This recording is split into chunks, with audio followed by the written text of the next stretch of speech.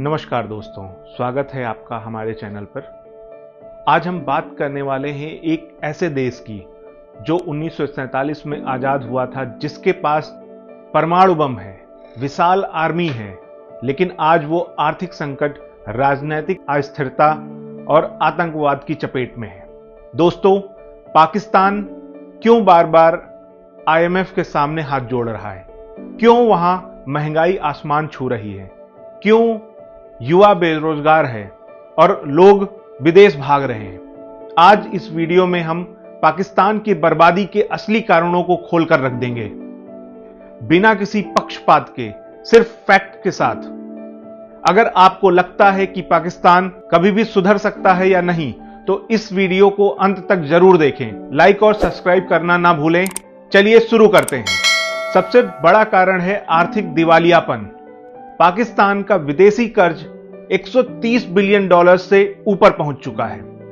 IMF बार बार loan दे रहा है, लेकिन वो भी शर्तों के साथ। सब्सिडी हटाओ, टैक्स बढ़ाओ, बिजली बिल महंगी करो जैसे कंडीशंस लगा रहा है। नतीजा, महंगाई पहले 30-35% तक पहुंच गई थी, अब थोड़ी कम हुई है, लेकिन आम आदमी की जेब खाली हो चुकी है।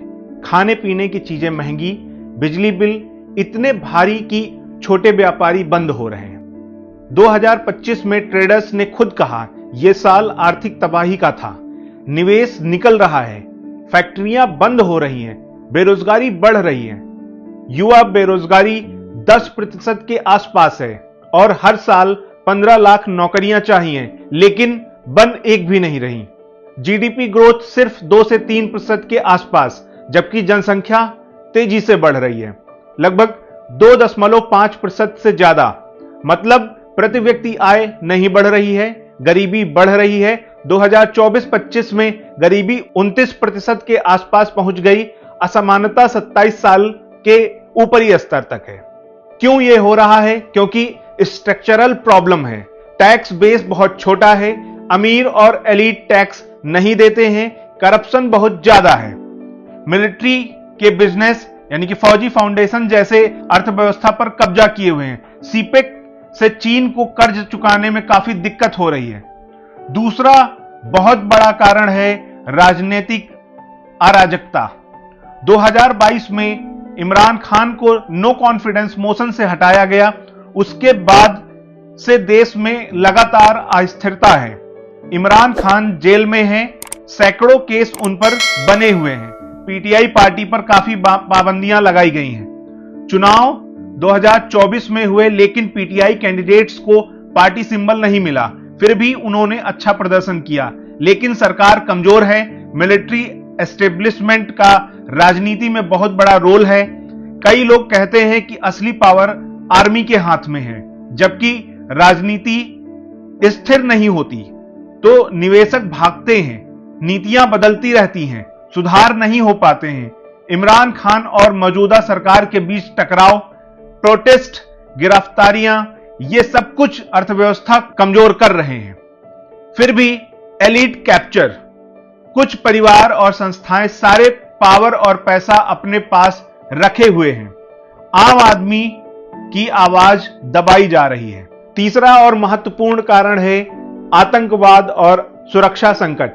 पाकिस्तान ग्लोबल टेररिज्म इंडेक्स में टॉप पर आ गया है।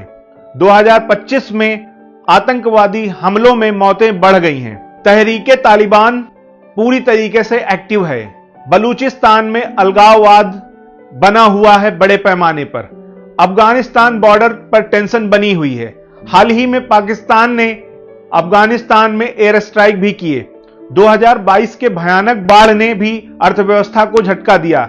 क्लाइमेट चेंज से पाकिस्तान सबसे ज्यादा प्रभावित देशों में से एक है, लेकिन बिल्कुल भी तैयारियां नहीं है। और सबसे गहरी समस्या गवर्नेंस की कमी। दशकों से खराब नीतियां, छोटे छोटे जुगाड़, लंबे सुधार न करना। पॉपुलेशन बूम यानी लगातार पॉपुलेशन बढ़ रही है, लेकिन एजुकेशन और स्किल डेवलपमेंट बिल्कुल नहीं हो रहा। रूल ऑफ लॉ एकदम कमजोर बना हुआ है। तो दोस्तों, पाकिस्तान बर्बाद हो रहा है। एक शब्द में कहें तो खुद की गलतियों की वजह से। राजनीतिक अस्थिरता, मिलिट्री का ओवर डोमिनेंस, करप्शन, खराब आर्थिक मैनेजमेंट और सुधारों में कमी, क्राइसिस, रेस्क्यू और क्राइसिस। क्या पाकिस्तान सुधर सकता है?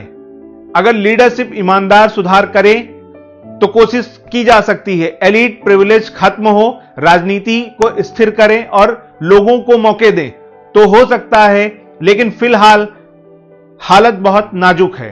क्या आप सोचते हैं पाकिस्तान की इस सबसे बड़ी समस्या क्या है? पाकिस्तान की सबसे बड़ी समस्या क्या है? कमेंट में जरूर बताएं। अगर वीडियो अच्छा लगा हो तो जरूर इसको ज्यादा से ज्यादा लोगों के बीच शेयर करें। तब तक के लिए धन्यवाद। जय हिंद।